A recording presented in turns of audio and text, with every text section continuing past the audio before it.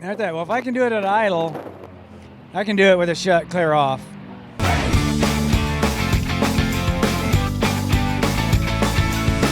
It was a long time ago, probably 10, 12 years ago.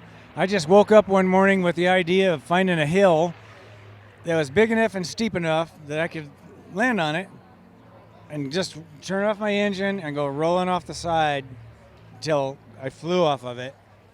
And the criteria that I had in my head was I had to have someplace I could land in case I couldn't start it in the air. That'd be really bad to take off and not be able to start it once you're flying. So about 2 miles away down this old rocky canyon was the reservoir, the river, with gravel bar on the side of it. And I took off at 3/4 throttle and then like half throttle and then quarter throttle. And I thought, then at idle. And I thought, well, if I can do it at idle, I can do it with a shut clear off. So I tried it and it worked. Here I am. But what really surprised me is how much longer it took to get off the ground with it shut completely off than it did at an idle. I mean, it was like twice as far. I rolled about 500 feet down this hill before it flew off. It's super steep. I mean, when I got back up there, just for reference, I rolled a rock. There was a rock about a foot big, and I rolled it, and it just tumbled down the hill. That's how steep it was. And it was a rough hill. I mean, there was crud on both sides. It's like just a narrow lane for me.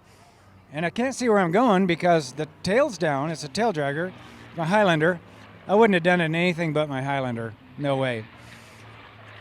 So I'm looking at a peak in the distance. That's my guide. Even though I'm going down here, I'm looking here. And just tapping the brakes for, directional control. Because there's no rudder, there's no airflow. And it was interesting. It was fun. It got the adrenaline going. I wound up doing it probably about 15 times before I realized it was an illegal place to be. It's in a wilderness study area. So, and we didn't even know what they were.